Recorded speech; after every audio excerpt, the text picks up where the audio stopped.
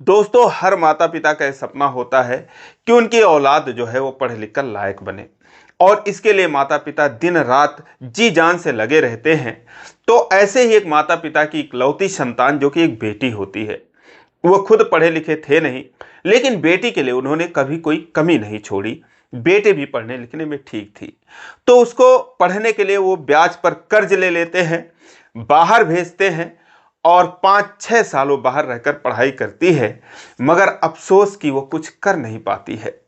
एक दिन वो घर आकर बैठ जाती है, लेकिन जो कर्जदार थे वो अब इन लोगों को परेशान करने लगते हैं। और जब वो उस बेटी को देखते हैं तो उसकी जवानी उनके आंखों में खटकने लगती है। वो सोचते हैं अब इसी से ही अपना पैसा वसूलते हैं।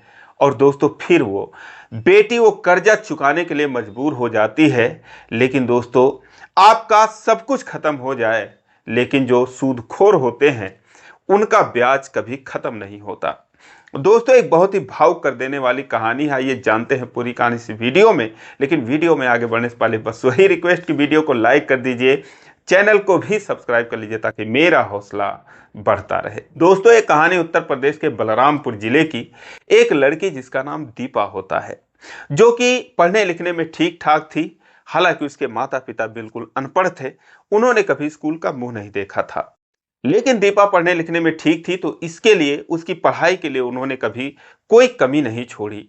जब वो गांव के पास के स्कूल से 12वीं पास करती है, उसके बाद वो ग्रेजुएशन करने के लिए अपने शहर जाती है, बलरामपुर डिस्ट्रिक्ट जाती है। तो उसके माता पिता कर्ज पे लेकर उसको एक स्कूटी खरीद देते हैं और जिसकी किस्त तब तक वो भरते रहे जब तक कि उसका ग्रेजुएशन कंप्लीट नहीं हो गया। उसके बाद उसने कहा कि मैं आगे की पढ़ाई करने के लिए बाहर जाना चाहती हूँ, इलाहाबाद जाना चाहती हूँ, जिसे प्रयागराज के नाम से जाना जाता है। लेकिन वहाँ जाने के लिए खर्चों की ज़रूरत थी। वहाँ जाकर वो बीएड की पढ़ाई करना चाहती थी, इसके अलावा प्रतियोगी परीक्षाओं की तैयारी करना चाहती थी।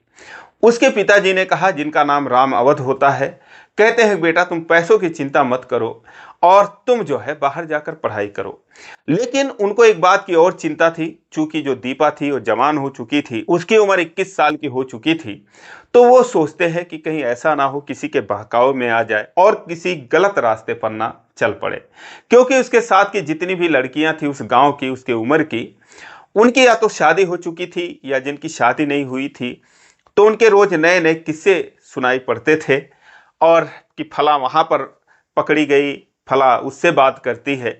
तो यही सब चिंता जो है दीपा के माँ बाप की भी जायज़ थी।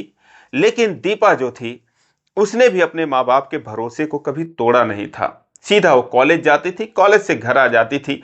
कभी सुनाई नहीं पड़ा कि वो किसी से कहीं पर बात करती है। अगर कहीं उसको जाना होता अपने किसी फ्रेंड के घर, तो बाकायदा उसका नाम बताती, उससे बात करवाती और फिर टाइम पर जाती, टाइम पर चली आती थी। तो बहुत ही सीधी सादी और भोली भाली लड़की थी। लेकिन जब वो बाहर जाने की तैयारी करती है, उसके पिताजी जाते हैं एक सूदखोर के पास जो कि ब्याज पर पैसे देता था। उससे सारी कहानी बताते हैं, कहते हैं कि मुझे 40-50 हज़ार रुपये दे दीजिए, मेरी बेटी जो है बाहर पढ़ने जाएगी, आपके पैसे ब्याज समेत लौटा दूंगा। वो दोस्तों 5% के दर के हिसाब से उन्हें 50 हज़ार रुपया दे देता है और कहता है कि पैसे तो मैं दे रहा हूं, लेकिन एक बात ध्यान रखना कि एक एक पैसा मैं जोड़कर ले लूंगा। देते टाइम ये मत कहना कि मेरी फला मजबूरी है। वो कहते हैं आप टेंशन मत लो, मुझे बेटी पर भरोसा है, नौकरी लग जाएगी, आपके पैसे दे दिए जाएंगे।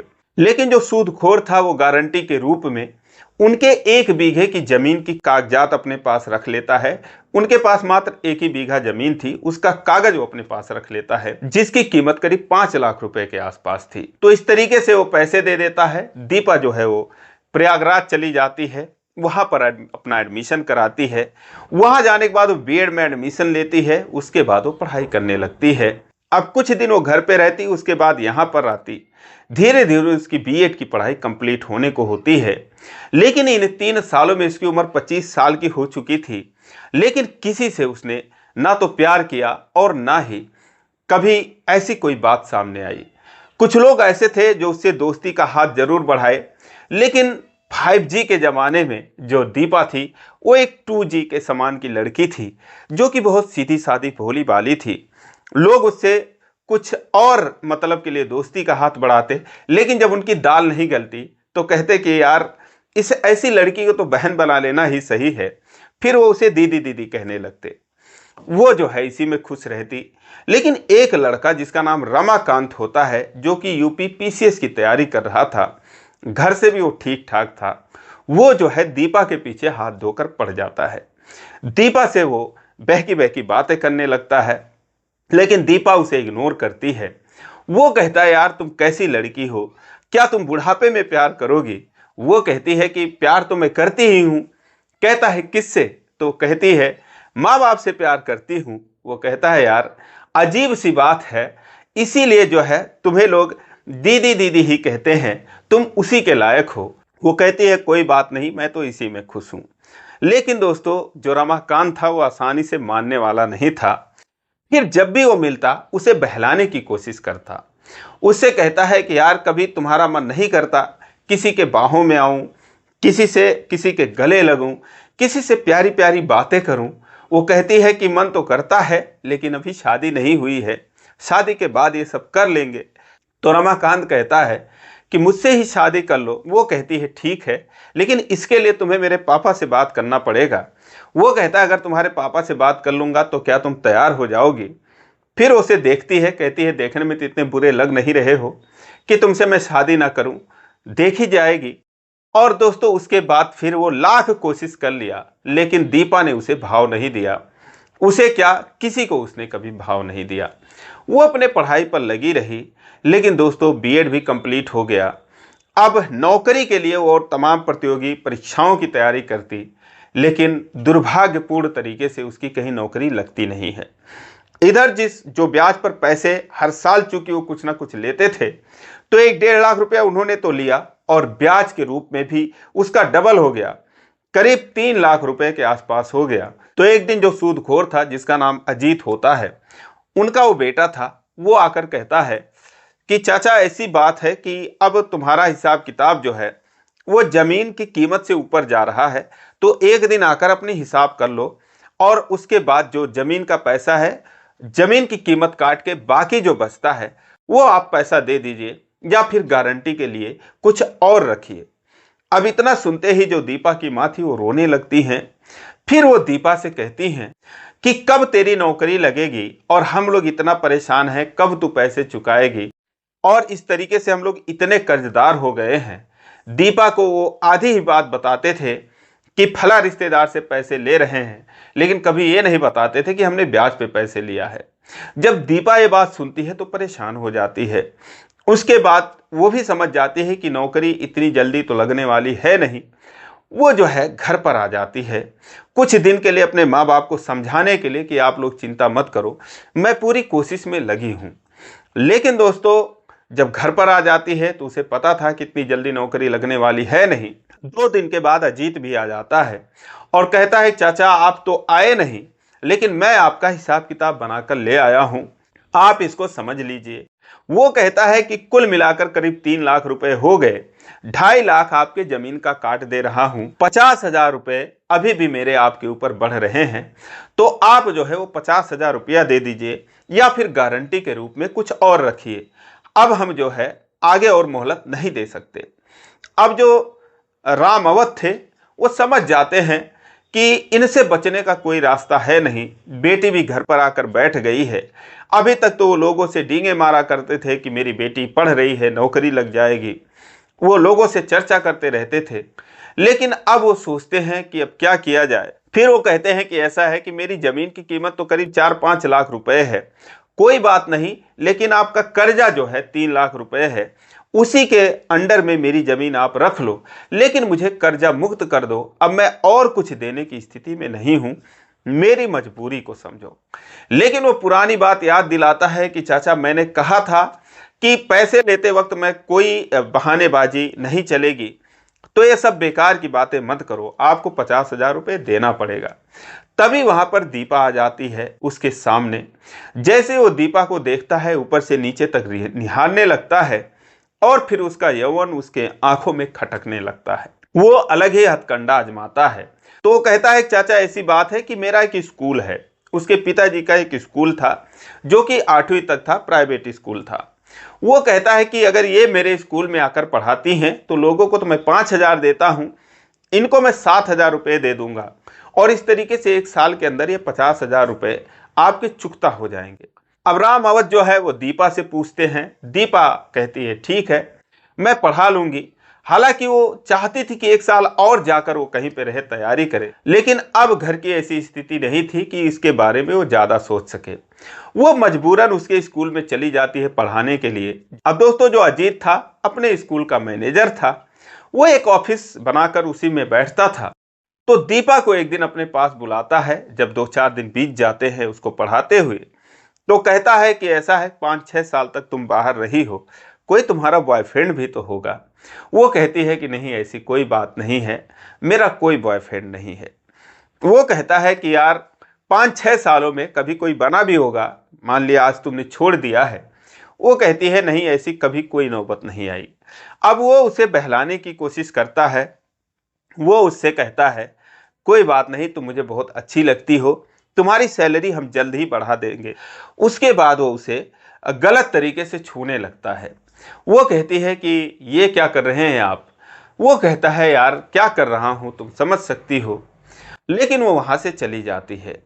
अब वो जब 2-4 दिन ऐसे ट्राई करता है, समझ जाता है कि सीधी उंगली से घी नहीं निकलने वाला, तो एक दिन जब स्कूल की छुट्टी थी, उसे किसी काम से ऑफिस बुलाता है और फिर उसके साथ वो जबरदस्ती करने लगता है। फिर वो किसी तरीके से उससे अपनी इज्जत बचाकर वहां से भागती है और फिर वो घर आ जाती है। अब घर आकर वो रोने लगती है, सोचती है इतने भी बुरे दिन आ जाएंगे, मैंने कभी सोचा नहीं था। फिर अगले दिन से वो स्कूल नहीं जाती है। उसकी माँ पूछती है कि बेटा स्कूल नहीं जाना। वो कहती है तबीयत खराब है मम्मी। अब वो सोचती है कि क्या करूं, पुलिस में जाती हूं तो वैसे भी इतनी बदनामी होगी मेरी, और क्या पता कोई कार्रवाई हो या ना हो, माँ बाप को बताऊंगी तो वो लोग, उनकी कमर और टूट जाएगी, इसीलिए किसी से कुछ कहती नहीं है। वो चुपचाप गुमसुम सी रहने लगती है। ये समझिए कि उसकी जीने की इच्छा खत्म हो जाती है। वो अपनी जान देने के बारे में सोचने लगती है। अब दोस्तों इसी उधेड़बुन में वो लगी हुई थी कि तभी एक दिन रमाकांत उसका घर का पता पूछते पूछते उसके घर पर आता है और फिर उसका घर देखता है, उसके माँ बाप को देखता है, घर की स्थिति देखता है, तो वह हैरान हो जाता है। वो सोच रहा था कि कम से कम इतने बुरे कंडीशन में तो वो लोग नहीं रहते होंगे। फिलहाल वो कहता है कि मैं दीपा के साथ पढ़ता था, उससे मिलना चाहता हूँ। वो लोग दीपा को बुलाते हैं। दीपा जो है चूंकि हमेशा अंदर ही रहती थी, क्योंकि अक्सर लोग पूछने वाले आ जाया करते थे कहाँ तक पढ़ी, क्या हुआ, कब नौकरी करोगी, तो इसीलिए वो घर में ही रहती थी।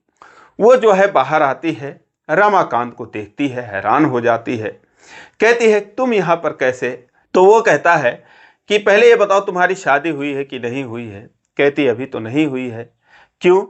वो कहता है कि फिर मैं तुम्हारे लिए ही आया हूँ और बहुत मुश्किल से अपने घर वालों को समझा कर आया हूँ, उनसे जो है बहुत मुश्किल से इजाज़त लेकर आया हूँ, क्योंकि मैं जो है एक साइड इंस्पेक्टर बन चुका हूँ। 2 महीने पहले मेरी नौकरी लगी है और मेरी 6 महीनों के अंदर शादी होगी, मुझे करनी ही है।